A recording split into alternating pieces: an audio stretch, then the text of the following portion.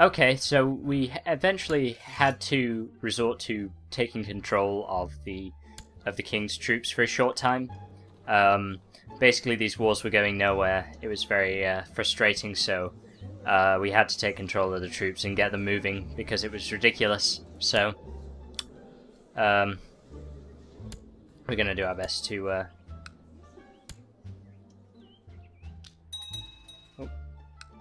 Going to do our best to let things just unfold naturally from this point. So the Iron Throne army is now heading towards, well, wherever it needs to go. The Northerners still seem to be stuck in their loop of moving in the wrong places, but, you know, we'll deal with that when it comes to it. Here we have the Iron Throne troops moving back towards King's Landing.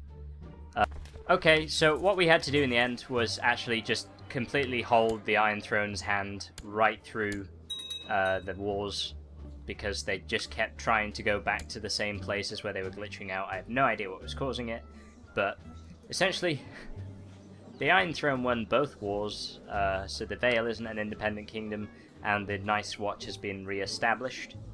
I'm sorry that I had to do that, but there was no way of fixing it. Now what I'm doing here is I'm looking for a match for Stannis III. Lady Eglantine of Rosby is one possibility, because she actually controls the High Lordship of Rosby, and so any children of that union would go on to control it. Or there is Millicent, the Lady of Blackwater Rush. So those are our choices for now. And we're probably going to go with the Lady of Blackwater Rush, because she's closer to his age, and also, yeah, actually it looks as though, so yeah, the powers, there's no more wars in the territories, that's fine, but Blackwater Rush is more of a stable area, it's kind of less of a risk. And sure enough, there looks to be some sort of civil conflict in Rosby, so chances are they're going to be trying to overthrow the lady there. She was a child ruler, so chances were she wasn't going to be in power for very long. Even if she does win this, there'll be future rebellions, I have no doubt. This had actually come as a complete surprise to me, but looks like we're going to have... Our wife must have gotten pregnant while I was controlling the other forces, so Stannis with a Y is our second son. Yes. And, oh, it actually looks as though...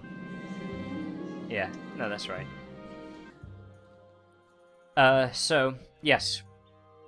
So that came completely out of the blue, and kind of adds to the point I was going to make, which was that it's been very disjointed of late, this series, just because of the forgetting to record a couple of years, and then the whole fact that the wall was just broken. So we've kind of done our best to... I've done my best to try and fix that now, and try and improve the series. Everything should flow fairly smoothly from here on, and I'll try and keep you paged in on everything that's happening. So far, there haven't been that many developments, to be honest. We're kind of just waiting for Arianne to die, but in the meantime, we're trying to take hold of various territories. In the meantime, I've got my Master of Whispers in Wendwater, trying to fabricate a claim there. Hopefully something will come of that, and we'll be able to take Wendwater and add it to our little empire. We now have two sons, Stannis, as in Vanilla Stannis, and Stannis with a Y. So it looks as though the line of succession is fairly secure. Our troops took kind of a beating. I didn't show that, but they did. Okay, so Elwood Meadows. Meadows being the house that used to be in control of the Stormlands before Robert revoked the title. They control the Reach. Okay, so I did manage to win some prestige in that tournament, which is useful.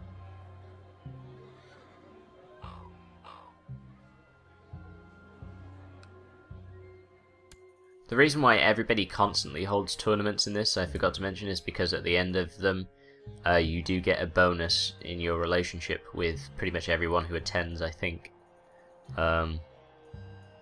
Which is why Stannis constantly gets invited. Obviously, it's good to be in favour with your liege lord.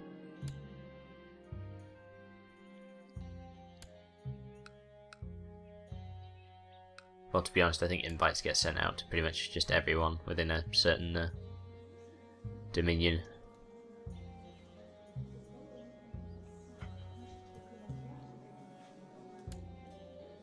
I would love for tournaments to have like proper brackets in this and everything. That'd be really cool to look at.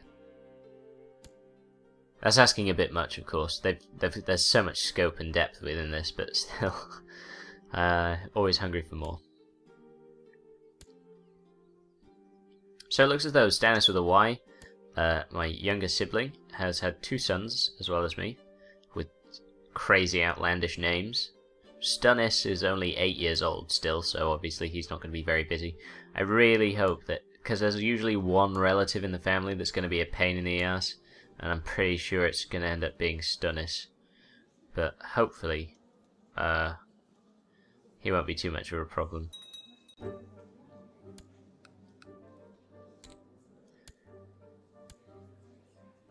We can still conjure no support for murdering Arianne, unfortunately. No, nobody seems particularly willing to join in that plot, which is a shame. We're just going to have to wait for her to either be murdered by someone that everybody likes more, or to die of natural causes. Ah, interesting. The title of the Stormlands has been created, and the king now holds it. So it does actually exist as a title now, which means that both the Reach and the Stormlands no longer exist as like just collections of smaller titles and whatnot. They're not broken up into higher lordships now. They're lord paramountcies. Excellent. So Shireen is pregnant again.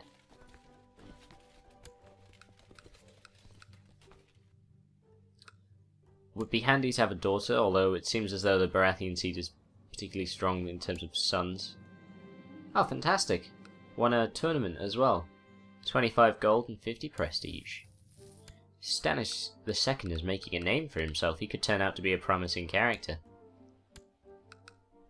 Looks like Lady Eglantine of Rosby has won her little civil strife and has imprisoned pretty much every one of her vassals and members of her court. Oh, she's actually a dwarf as well.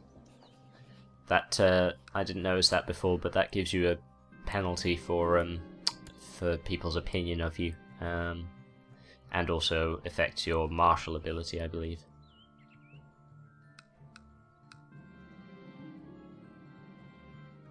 Looks like I've made a new friend. That being Lord Ronald II of Shipbreaker Bay.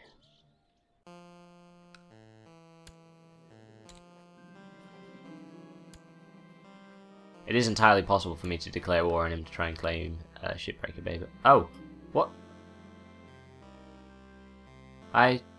What on earth? God darn it, no! Oh, dear lord, oh my goodness. We're burning through the Stannises.